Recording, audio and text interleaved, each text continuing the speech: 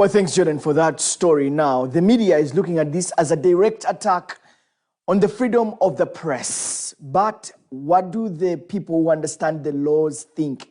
Tonight, we talk to Professor Frederick Juuko, who is the longest-serving professor at the School of Law at Makerere University, but also he lectures media law. Let's talk to Joseph. Joseph, it's quite an interesting subject here. Why don't you take it on, Joseph? All right, let's take that question to Professor Frederick Juuko here. Good evening, Prof. Thank you for speaking to us. Police moving to say that only journalists accredited by the Media Council, effective 21st December, will be allowed to cover political events. Is that in the law, sir? I think to appreciate that point, one needs to look at the specific legal framework within which the Media Council is supposed to operate. And this is the Press and Journalists Act. That act creates two institutions or bodies. The professional body, the Institute of Journalists in Uganda. That one is supposed to enroll journalists, people who have got academic qualifications. You see, they are supposed to go to the National Institute of Journalists in Uganda and be enrolled. That's when they become journalists. Okay, when they are enrolled, then and only then can they go to the Media Council, the other body that is created by the Act, to be registered. Now, the powers of the Media Council in terms of regulating journalists relates only to those journalists that are enrolled.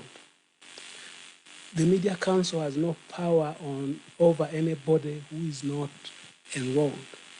If you go to Section 1 of the Act, it specifically, defines a journalist as a person enrolled under the Act. If you go to Section 40 of the Act that creates the Professional Code of Ethics and then provides for the discipline of journalists, it clearly states that it relates to persons enrolled under the Act. So, now, this is a question of fact. For at least 15 years, the professional body, the National Institute of Journalists of Uganda, has not been in existence. When we ever get time, we can get into the reasons why.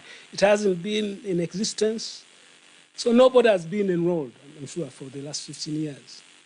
So the persons practicing journalism here cannot fall within the ambit of the Media Council. The Media Council cannot competently, regulate their conduct under the law.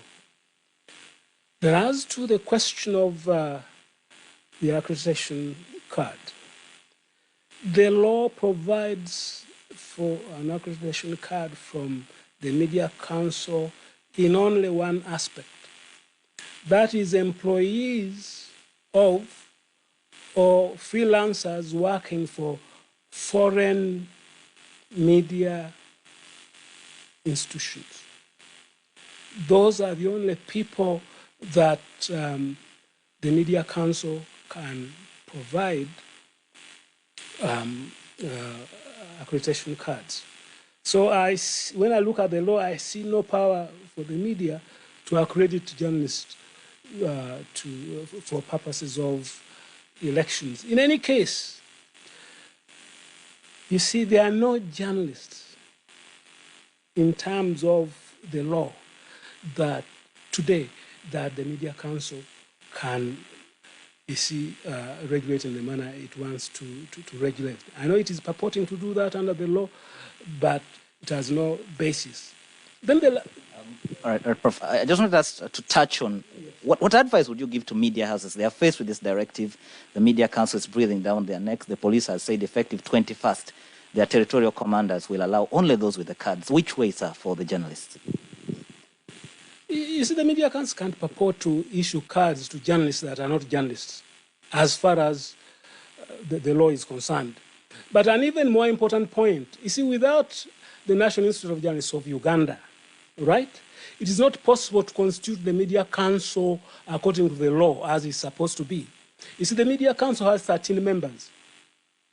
Right now, 5 of those, would require the action of the National Institute of Journalists of Uganda, okay, to be competently, appointed to the Media Council.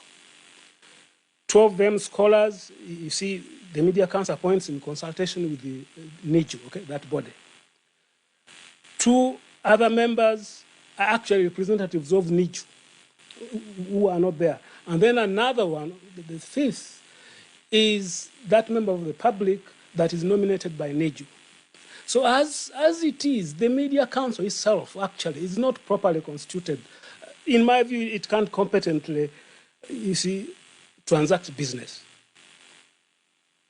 So in case this goes on, I think those who are practicing can do 2 things.